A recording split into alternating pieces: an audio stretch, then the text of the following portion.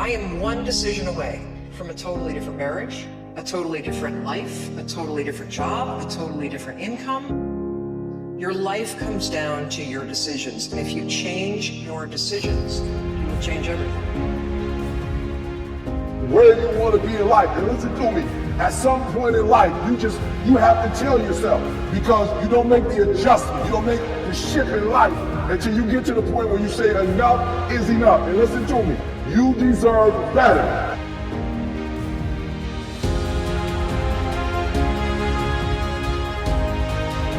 Here's what you should know about winning before you chase it. Winning's not loyal to you, it doesn't care about you. Winning doesn't care how sore you are. Winning doesn't care how much sleep you get. Winning doesn't care how hard you work at times. Winning requires all of you and then more, and it promises you nothing. It's a mastermind of creating fear and doubt in your mind. It causes setback after setback. So the question is about winning. Are you willing to sprint when the distance is unknown? And why chase this thing called winning? Because the only thing that's guaranteed in life, if you don't chase it, is losing.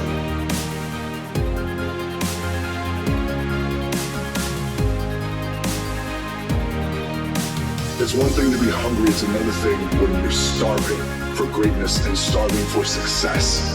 I know what it's like to operate every single day, regardless of the success that I've been a lucky son of a bitch to achieve. I operate every day as if I'm starving. Self-confidence is really someone who keeps promises of themselves, because self-confidence is really like your reputation with yourself. If you've got a great reputation with yourself, you know you can trust you. You're not so concerned about your reputation, what other people think about you.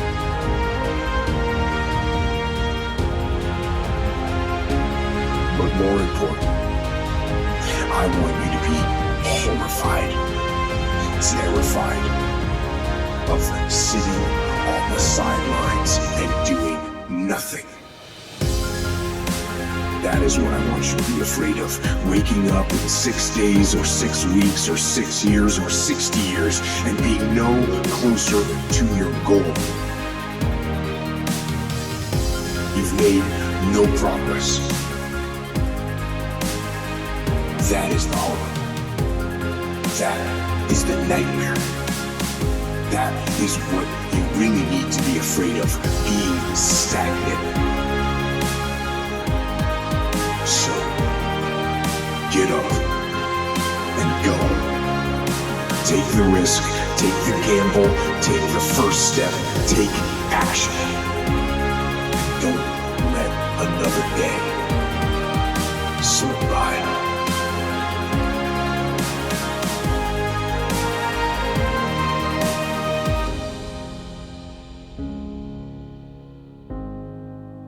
No. You want to take responsibility for your life. I got me here, I can get me out of this. And I'm getting out. I'm not going to be a volunteer victim.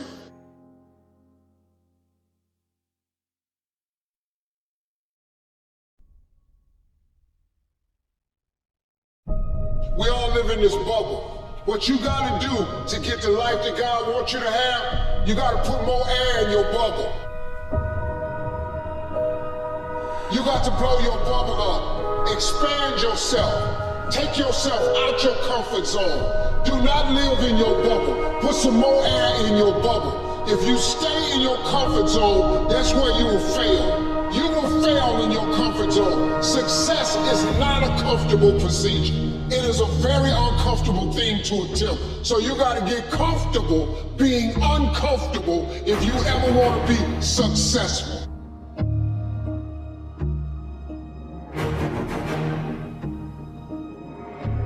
And what that shows is that if you turn around and you confront the suffering voluntarily, you find out that you are way tougher than you think. It's not that life is better than you think. Life is as harsh as you think. It might even be worse. But you are way tougher than you think if you turn around and confront it.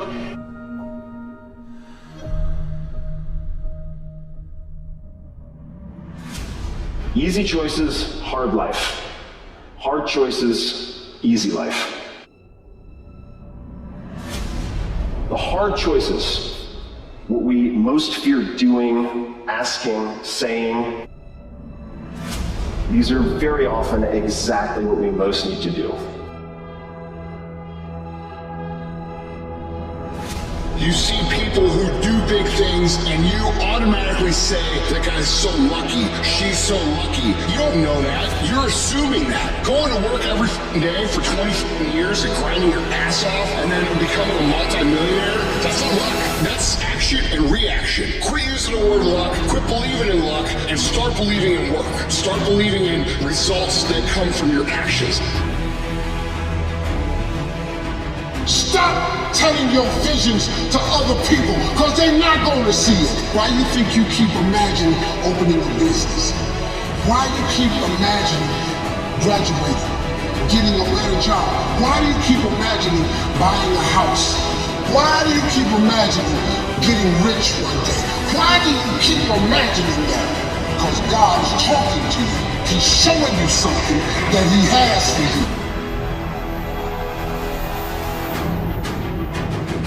It's okay to be unbalanced for a while. It's okay. Don't be all this stuff you say. You gotta be balanced to be the best in the world. And what you do, you have to be unbalanced to find every bit of energy and strength that you have to pull it off. Then you get balanced once you become great. And it takes getting obsessed where people think you're crazy. Let's go. Let's go. You got money, but do you got that dog?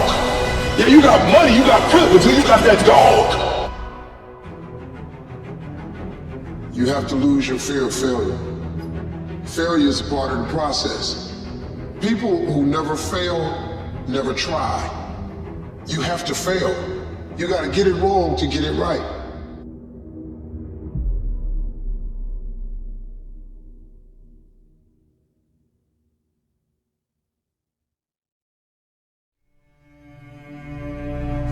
When God gives you a dream, I believe that we all have a dream, that God has given each one of us something that's beyond us, and hope and aspiration that makes us look beyond. And sometimes the dream is so big it scares us, but it should inspire us to believe that we can only do it with God's help. The dream is your dream. And sometimes we make a mistake of wanting to share our dreams with everybody. Dreams can get you in trouble. You have dream busters. There's people who don't have a dream, and they will try and help bring down your dream. God gave your dream to you. And everything that God gives you, God intends for you to achieve and accomplish. Don't have time to regret it. We move on, because we are acceptable for what we are, not what we think we should be. I'm accepted in myself by what I am, but not as I think I should be, because that's a lie. I'm a sinner, I'm an old sinner, and I've done some bad things, I've done some good things. So, you just forgive yourself and move on. These people that you're comparing yourself to, you don't really know. You see their shiny outside, but you don't see the reality of their life.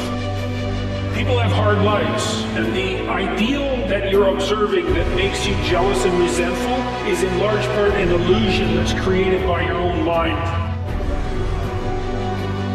Don't give up. Don't let the world get you down. When it does get you down, get up and write what you want out of your life and don't fucking stop. You know what I'm saying? There ain't no vacation.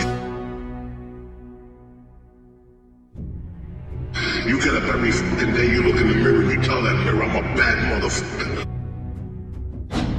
And one way or another, I'm gonna make it fucking happen today. And guess what? If you keep writing it down, after a while, the power of the pen, you'll fucking believe it. If you don't have what you want, stop telling yourself the story because you don't have the money, you don't have the time. That's bullshit. It's because you haven't committed yourself where you would burn your boats. If you want to take the fucking island, burn your fucking boats, and you will take the island because people, when they're going to either die or succeed, tend to succeed. Here's the truth. This is the reality. Nobody's going to believe in you until you've already done it. Nobody's going to come and celebrate with you until you've already done it. Just stand. You keep standing. You keep standing no matter how rough the sea. You keep standing, and I'm not talking about just water. You keep standing. No matter what, you don't give up. Don't allow difficult and challenging times to demoralize you. He said, in life you will always be faced with a series of God-ordained opportunities, brilliantly disguised as problems and challenges. And I'm saying, in your hands, you have ideas. You have been given something to bring to the universe that was not here before you showed up. Do a little bit more work, and a little bit more work. Results are going to come more. More people are going to believe. Nobody fucking believes in you because you haven't done anything yet. That's the reality.